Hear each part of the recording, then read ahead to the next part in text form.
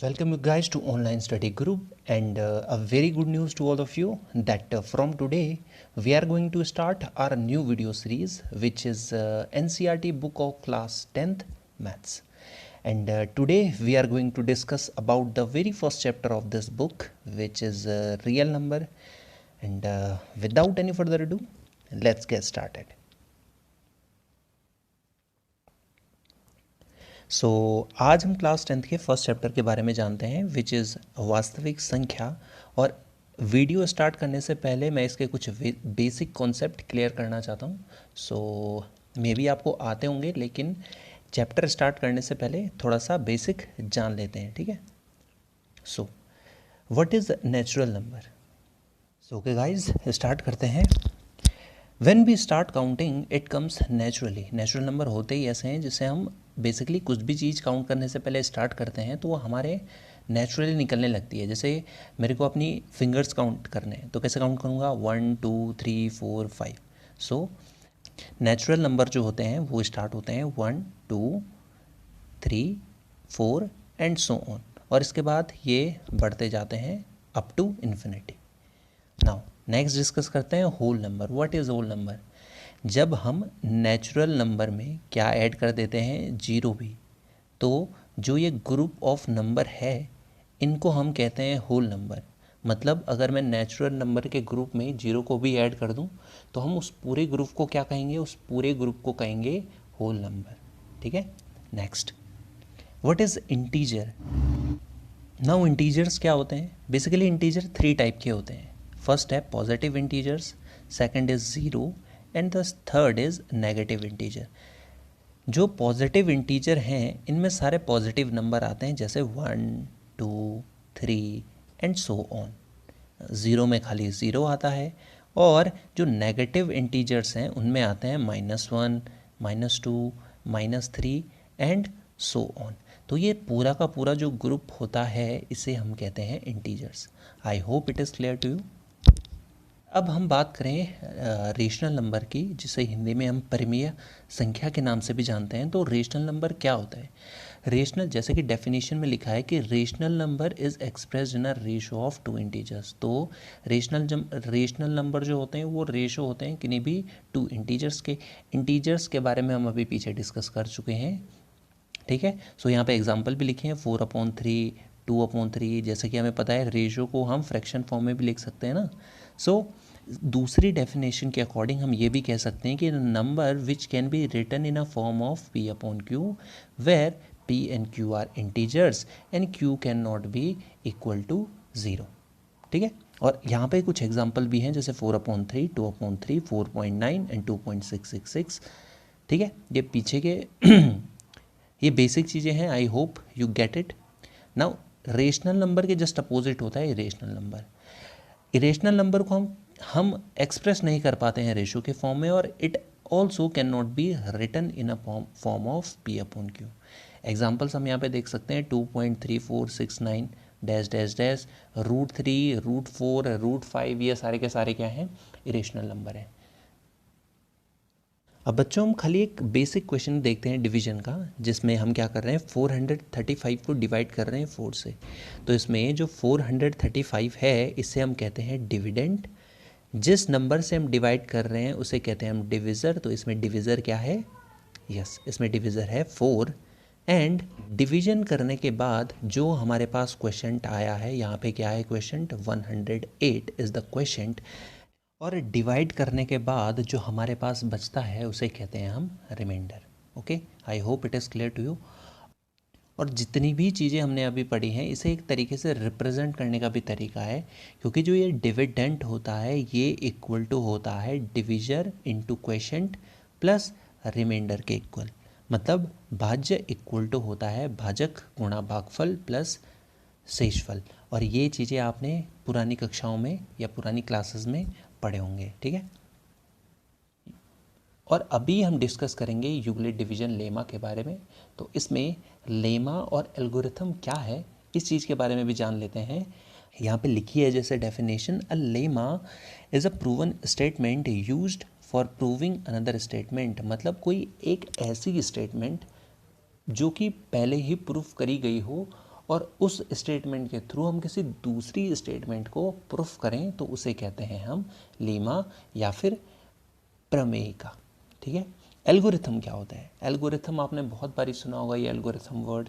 तो एल्गोरिथम की डेफिनेशन भी देखते हैं। Algorithm is a series of well defined steps which gives a procedure for solving a type of problems. तो हमें एल्गोरिथम का मतलब ये है कि किसी भी प्रॉब्लम को सॉल्व करने के लिए जब हम उस प्रॉब्लम को स्टेप वाइज सॉल्व करते हैं तो वो जो स्टेप्स होते हैं उसे हम उस प्रोसेस को हम क्या कहते हैं? उसे कहते हैं हम algorithm. I hope it is clear to you now. अब हम डिस्कस करते हैं कि एल्गोरिथम डिवीजन लेमा के बारे में। ठीक है। तो यहाँ पे यूक्लिड डिवीजन लेमा लिखी है कि given positive integers a and p there exist unique integers q and r which is satisfying a equal to b q plus r where r should be greater than और equal to 0 और b should be greater than r। अब इसमें basically कहना क्या चाह रहा है? ये जो a है ना, a हमने अभी थोड़ी देर पहले वो पढ़ी थी एक डेफिनेशन कि dividend equal to divisor multiplied by quotient plus remainder. तो इसमें जो ये a है ये डिविडेंड है, b क्या है? इसमें डिविजर का काम कर रहा है, q क्वोशिएंट और r किसका काम कर रहा है? रिमाइंडर का काम कर रहा है। तो जो डेफिनेशन आपने क्लास 5th 6th और 7th में पढ़ी होगी वो डेफिनेशन ही यूक्लिड डिवीजन लेमा का एक टाइप का रूप है। लेट्स सपोज हमारे पास कोई दो इंटीजर्स हैं, कोई भी ले लेते हैं। लेट्स सपोज हमारे पास है a इक्वल टू हमारे पास है 20 और b इक्वल टू है हमारे पास 6। तो ये क्या करेगी? इस इक्वेशन को सेटिस्फाई करेगी। कैसे? जब हम 20 को डिवाइड करेंगे 6 से तो देखते हैं कि हमारे पास क्या आता है। तो 20 को डिवाइड करते हैं किससे? 6 से। तो 6 3 कितना होता है? 18। और जब हम इसे सब्ट्रैक्ट करेंगे तो हमारे पास कितना बचेगा? हमारे पास बचेगा 2। तो देखिए हमारे पास दो इंटीजर्स थे, कौन कौन से? 20 और 6। और हमारे पास दो और इंटीजर्स आ गए विच इज़ 3, जो कि क्या है? Quotient which is represented as q and r which is remainder which is represented as r। तो अगर मैं इस इक्वेशन को बनाने की कोशिश करूं तो ये कैसे लिखूंगा मैं? 20 equal to 6 multiplied by 3 plus 2। तो ये जो इक्वेशन है ये सेटिस्फाई कर रही है। ठीक है।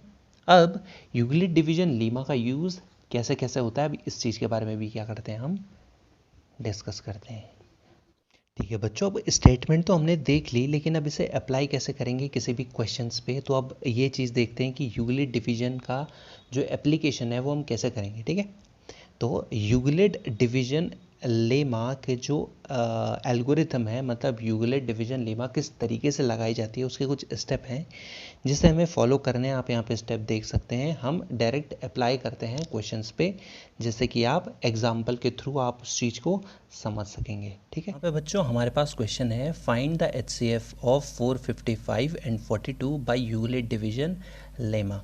तो हमें यूक्लिड डिवीजन लेमा की मदद से क्या करना है? HCF फाइंड करना है किसका? 455 एंड 42 का। तो यहाँ पे जैसे हमें क्लियरली दिख रहा है कि 455 बड़ा है 42 से, तो हम क्या करेंगे? 455 को ले लेंगे एज अ डिविडेंड और 52 को ले लेंगे एज अ डिवाइज़र। तो 42 से हम क्या करेंगे? डिवाइड करेंगे 455 को। अब देखिए कितने टाइम्स जाता है? बेसिकली 10 टाइम्स जाएगा। तो हमारे पास यहाँ पे कितना आएगा? 420। और अब हम क्या करेंगे? 420 को सब्ट्रैक्ट कर लेंगे, जैसे कि आपको पता है डिवीजन मेथड। तो हमारे पास जो रिमाइंडर बचेगा वो बचेगा 35। ध्यान रखना है हमें बच्चों की जिस टाइम पे हमारे पास रिमाइंडर 0 आ जाता है तो उस टाइम पे जिस नंबर से हम डिवाइड कर रहे हैं वो हमारा कंसिडर करा जाएगा HCF। ठीक है। अब यहाँ पे आप देख रहे हैं, यहाँ पे मेरा 35 है, 0 तो आया नहीं। तो मैं क्या करूँगा? डिवीजन के प्रोसेस को फिर से रिपीट करूँगा। अब 35 से जो मेरा रिमाइंडर है उससे डिवाइड करूँगा मैं 42 को। ठीक है, जो कि हमारा डिवाइज़र है। तो 42 जो है वो आ जाएगा यहाँ पे। तो डिवाइड करते हैं 35 से 42 को, तो कितने टाइम्स जाएगा? 1 टाइम्स, है ना। तो यहाँ पे कितना बचेगा? 7, है ना। तो हमारे पास यहाँ पे भी अभी रिमाइंडर कितना बच रहा है? 7 बच रहा है। यहाँ पे जगह नहीं है तो मैं यहाँ पे लिख लेता हूँ। यहाँ पे लिख लेता हूँ 7 बच रहा है। अब देखिए बच्चों, सब्ट्रैक्ट करने के बाद हमारे पास आया, ये मैंने यहाँ पे लिख लिया है 37। और अब हम क्या करेंगे, क्योंकि रिमाइंडर अभी भी हमारे पास 7 आ रहा है, तो हम क्या करेंगे, जो डिवाइज़र है इसको फिर से डिवाइड करेंगे। किसकी मदद से? रिमाइंडर की मदद से। तो इस 7 से मैं फिर से डिवाइड करूँगा 35 को, जो कि कितने टाइम्स जाता है? 5 टाइम्स। तो 7 5 ज़ा 35 होता है, और हमारे पास यहाँ पे रिमाइंडर कितना आ गया? 0, जो कि हमें फाइंड आउट करना था। जिस टाइम पे हमारे पास रिमाइंडर 0 आ जाता है, तो जो हमारा डिवाइज़र होता है वो होता है HCF of the numbers, the given numbers. तो बच्चों यहाँ पे इसे अब हम एक फॉर्म में लिखते हैं, जो हमने अभी पीछे पढ़े, यूक्लिड डिवीजन लेमा की फॉर्म में। तो हम यहाँ पे उसे अच्छे तरीके से समझ सकते हैं। जिस टाइम पे मैंने पहले डिवाइड करा 455 को 42 से, तो हमारे पास इक्वेशन कुछ ऐसे बनी, 455 equal to 42 multiply by 10 plus 35, जो कि हमारे पास क्या था? रिमाइंडर था। अब रिमाइंडर यहाँ पे 0 तो हमारे पास आया नहीं, 35 आया है, तो हमारी प्रोसेस फिर से स्टार्ट होगी। तो जो ये 42 है, जो हमारे पास डिवाइज़र था पहले, उसे हम ले लेंगे ए एज अ डिविडेंड, और जो रिमाइंडर था फर्स्ट इक्वेशन में, हम उसे ले लेंगे as a divisor for the next steps. So फिर से यहाँ पे 42 को हमने डिवाइड करा 35 से, तो हमारे पास फिर से 7 रिमाइंडर बचा। और यही जो प्रोसेस हमने पहले स्टेप में करी है, वो हम फिर से अप्लाई करेंगे सेकंड स्टेप में भी। तो 35 को हम ले लेंगे आगे as a a equal to, जो हमारे पास रिमाइंडर था उससे हम डिवाइड करेंगे 7 को 35 को, जो कि कितने टाइम्स होएगा? 5 टाइम्स। और हमारे पास at the third steps we got 0 as a reminder. तो जब हमारे पास रिमाइंडर 0 आ गया, तो जो इसका डिवाइज़र है इसे हम कंसिडर करेंगे एज अ HCF। ठीक है, तो HCF of 455 and 42 is the divisor at the stage is 7। तो हमारे पास कितना आ गया? HCF 7। I hope it is clear to you.